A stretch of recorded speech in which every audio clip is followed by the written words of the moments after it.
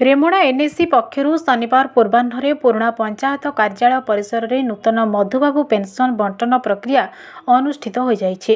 राज्य सरकार संप्रति 8 दिन तले हिताधिकारी मानक मासिक भत्ता 500 टंकारु 1000 टंका को वृद्धि करिसेंते। एथिरे नूतन 525 जन हिताधिकारी को भत्ता देवार योजना रहितबा बेले आज एनएससी रो 3, 4, 9 और 10 नंबर वार्ड रो मोट 154 जन नूतन हिताधिकारी को एनएससी चेयरमैन तनुजा गिरी भत्ता बंटन करते।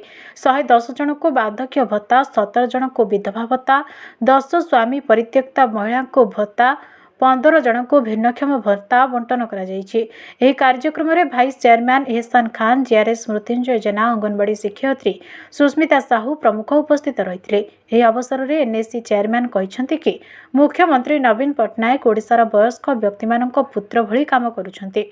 असहाय मानक भत्ताहार वृद्धि करिथिबारु हिताधिकारी माने आनंद प्रकाश करिसेंते। आमर रेमुणार एनएससी समस्त माँ मौसी कि आमर वयस्क लोक समस्त पाखे मनरे बहुत खुशी अच्छी, कारण ये वार्धक्य भत्ता, आमर विधवा भत्ता, स्वामी परित्यक्ता भत्ता, भिन्नक्षम भत्ता बहुत परिमाण रेमुणार होती। गत किछि दिन तले भत्ता सैंक्शन होता, तापर पुणी एबे आमर माननीय मुख्यमंत्री ता ऊपर आउ थे पुणी खुशी खबर देइछन्ती।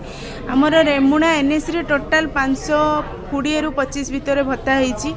तेणु आज आम रेमुणा जीपी ऑफिस रे अच्छु जोटा पुराना रेमुणा जीपी ऑफिस थिला, सेठी आमर 9 नंबर वार्ड, 10 नंबर वार्ड आउ होची 4 नंबर वार्ड, 3 नंबर वार्ड मिसिकी आमर टोटाल 154 भत्ता होती। से 110 जन आमर वार्धक्य भत्ता अच्छी, विधवा भत्ता आमर अच्छी 10 जन,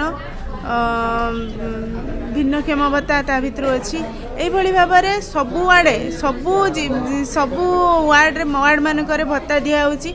माननीय मुख्यमंत्री जो भत्ता बंटन होची पुओ भली कर्तव्य करुछंती। जो बाप माँ माने पान टिके खाई पारु नथिले कि पान चाहा मेडिसिन यही सब खर्च पाई आमर मुख्यतः वयस्क लोक माने तांकर खर्च मेंटेया मुख्यतः माननीय मुख्यमंत्री पुओ भली है कर्तव्य करुछंती।